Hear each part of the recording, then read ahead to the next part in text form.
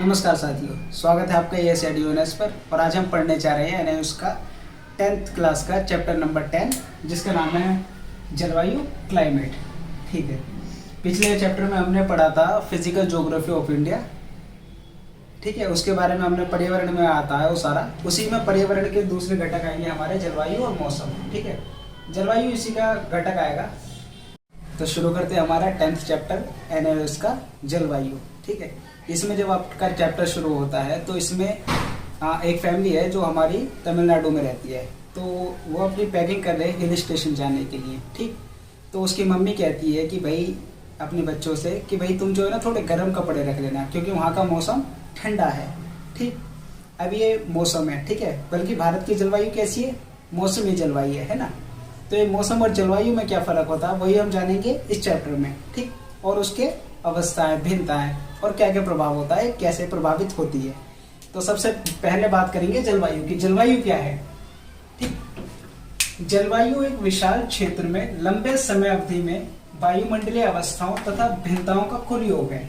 ठीक है जी, जलवायु क्या कह रहा है? जलवायु को ये कह रहा है कि जो जलवायु है एक लंबे क्षेत्र के लिए गिनी जाएगी। पहले तो ये बात क्लियर हो गई यहाँ तक। ठीक, विशाल क्षेत्र के लिए एक लंबे क्षेत्र में गिनी जाएगी जलवायु। ठीक, उसके साथ साथ कि एक लंबे समय अवधि के लिए। कितनी लंबे समय अवधि? लंबे समय अवधि होगी आपकी मिनिमम होगी आपकी 30 से 50 साल। ठीक है, और मैक्सिमम कितनी होगी? मैक्सिमम होगी आपकी अनंत। भाई जितनी ऊपर वाले की इच्छा, अनंत। ठीक है, इन्फिनिटी। इसमें कोई आप ये नहीं कह सकते कि जलवायु की भाई 1 हफ्ते, 2 साल, 5 साल, 10 साल में चेंज होती है। भारत की जलवायु मौसमी जलवायु है। भारत की जलवायु की बात करूंगा तो कैसी है? मौसमी है। ठीक है, मौसमी जलवायु है। ये आज भी मौसमी है, आज से 50 साल पहले भी मौसमी थी और आज से 50 साल बाद भी मौसमी रहेगी। ठीक, जलवायु कभी चेंज नहीं होती। ठीक, उसके बाद बात करेंगे कि भाई मौसम क्या है। मौसम क्या होता है? मौसम एक विशेष समय में एक क्षेत्र के वायुमंडलीय अवस्थाओं को बताता है। ठीक, अभी हमने जलवायु में बात करी कि ये एक लॉन्ग टाइम के लिए बात करता है। ठीक, वायुमंडलीय अवस्थाओं की। और मौसम क्या करेगा? मौसम एक छोटे टाइम पीरियड को बताता है, वायुमंडलीय अवस्थाओं को। ठीक, या फिर वायुमंडलीय अवस्थाएं क्या होती हैं? वायुमंडलीय अवस्थाओं में आएगा हमारा तापमान आएगा, वायुमंडलीय दाब आएगा, पवन आर्द्रता आएगी और आपका वर्षण आएगा। ये सब हमारा वायुमंडलीय अवस्थाओं के अंदर आएगा। उसके बाद बात करेंगे कि हम जलवायु और मौसम। देखो भाई, हमने ऊपर पढ़ा कि जलवायु क्या है? लॉन्ग टाइम के लिए होती है। लॉन्ग टाइम कितना? 30 से 50 साल कम से कम, इतने टाइम के नहीं है जलवायु में अगर चेंज होना है हल्का फुल्का। और मैक्सिमम भाई कितना भी हो सकता है, अनंत हो सकता है।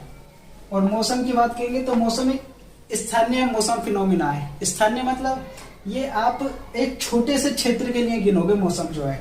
अभी हमने बात करी ना एक विशेष क्षेत्र। विशेष क्षेत्र का मतलब एक छोटा सा एरिया, जैसे आपका गांव हो गया, शहर हो गया, कस्बा हो गया, ऐसे करके।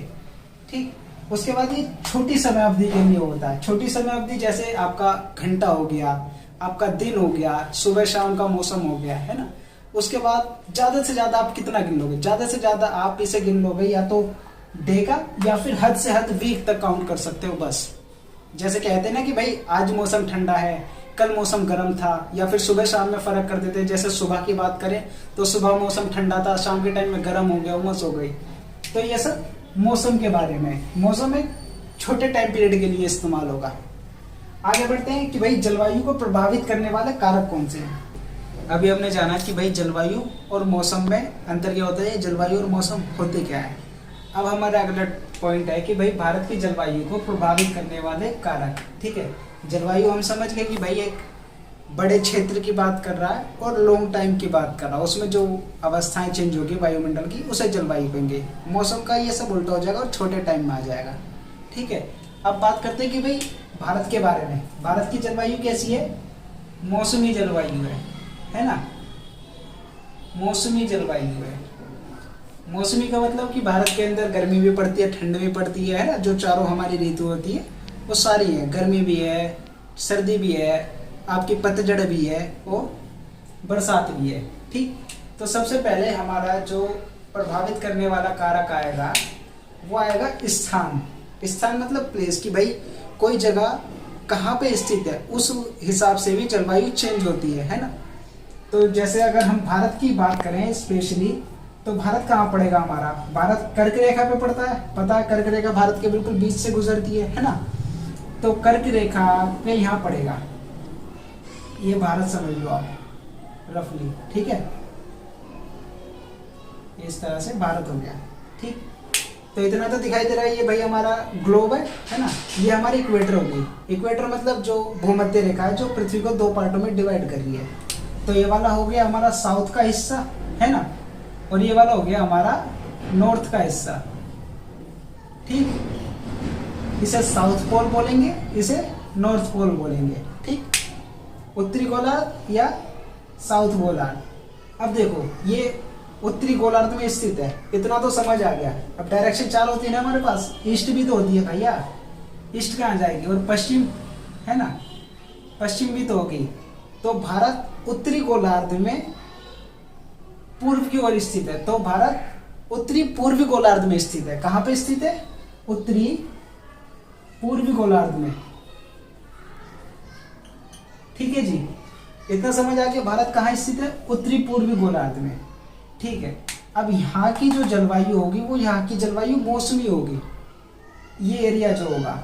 अब ये हमारे पास देखो कर्क रेखा है, ठीक है, कर्क रेखा, उसके बाद आएगी हमारी आर्कटिक रेखा। अब भारत के बात करेंगे तो इसकी जलवायु मौसम होगी। अगर इसके ऊपर जाएंगे, हम ऊपर जाएंगे तो यहाँ मौसम ठंडा हो जाता है। यहाँ की जलवायु की बात करूँ तो साइबेरियन जलवायु पड़ेगी यहाँ पे, आपकी रशिया वाली, है ना। कौन सी? साइबेरियन, साइबेरियन जलवायु पड़ेगी। इधर की बात करें तो हमारी चाइना टाइप पड़ेगी, है ना। ये सब हमारी जलवायु पड़ेगी। टोटल जलवायु हमारे पास कितनी तरह की होती है? टोटल हमारे पास 11 टाइप की होती है जलवायु, ठीक है, 11 टाइप की, 11 प्रकार की, ठीक। उसके बाद बात आएगी हमारी समुद्र से दूरी। इसमें एक चीज और समझना कि भाई जो भी इसके भूमध्य रेखा के पास होगा स्थान, जो स्थान भूमध्य रेखा के पास होगा वहां उतनी ही गर्मी होगी, वहां उतनी ही गर्मी होगी। अब देखो भारत जो ये हमारा इक्वेटर है 0 डिग्री है, तो ये साउथ का हिस्सा है भारत के, तो ये साउथ का हिस्सा ज्यादा पास पड़ रहा है ना, ये इक्वेटर के ज्यादा पास पड़ रहा है साउथ का हिस्सा। तो यहाँ पे गर्मी ज्यादा पड़ती है साउथ में, नॉर्थ भारत के मुकाबले।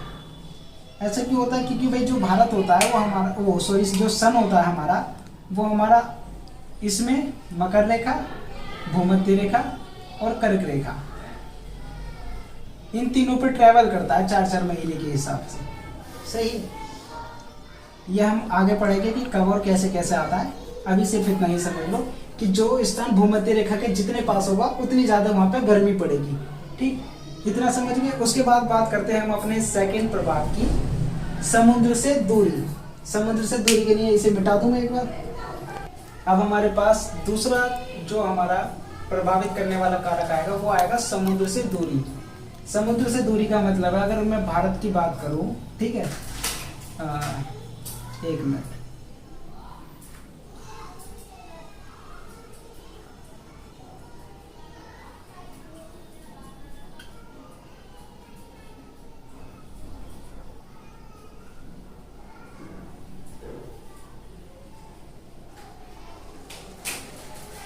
भारत की बात करें तो यहाँ देखो, यहाँ कौन सी पड़ेगा हमारा? बंगाल की खाड़ी, ठीक। यहाँ पड़ेगा हमारा हिंद महासागर, और यहाँ पड़ेगा हमारा अरब सागर, ठीक है। तो भारत तीन ओर से पानी से घिरा हुआ हो गया, भारत तीन ओर से पानी से घिरा हुआ हो गया। इधर अरब सागर आ गया हमारा, इधर इंडियन ओशन आ गया, इधर बंगाल की खाड़ी आ गया, ठीक है। अब इसमें बात कर रहा समुद्र से दूरी, तो ये स्थान तो बिल्कुल भैया समुद्र के पास है ना, ये वाला, ये एरिया, अगर मैं इसे द्रविड़ नाडु बोलते हैं, द्रविड़ नाडु, ये जो हमारा एरिया होगा इतना, ठीक, ये द्रविड़ नाडु कहलाएगा। ये समुद्र के पास आ गया, तो यहाँ पे टेम्परेचर कैसा होता है? यहाँ पे टेम्परेचर आपका ना तो ज्यादा बढ़ेगा और ना ही ज्यादा घटेगा। टेम्परेचर ना तो यहाँ पे ज्यादा बढ़ता है और ना ज्यादा घटता है। क्यों? क्योंकि जो पानी है हमारा वो जमीन के मुकाबले, भूमि के मुकाबले, है ना, ये कम गर्म होता है। इसीलिए यहाँ का एरिया में क्या होता है, टेम्परेचर ज़्यादा ऊपर नीचे नहीं होता। बल्कि अगर हम उत्तर की बात करें, नॉर्थ की बात करें, तो यहाँ पे आप देखो सर्दियों में टेम्परेचर हमारा 3, 4, 5 और 2 तक भी पहुँच जाता है ना। उसके बाद मैक्सिमम की बात करूँ तो 49 पहुँच जाता है, आजकल तो 48 तक चला जाता है ना। 49-48 चल रहा है इस टाइम पे। वहीं अगर मैं यहाँ की बात करूँ तो यहाँ के टेम्परेचर में जो डिफरेंस आएगा वो हद से हद 3 से 5 डिग्री सेल्सियस, 5 सेल्सियस का आएगा, बस 3 से 5 सेल्सियस। ठीक, इसे बोलते हैं वार्षिक तापांतर। इसे बोलेंगे वार्षिक तापांतर।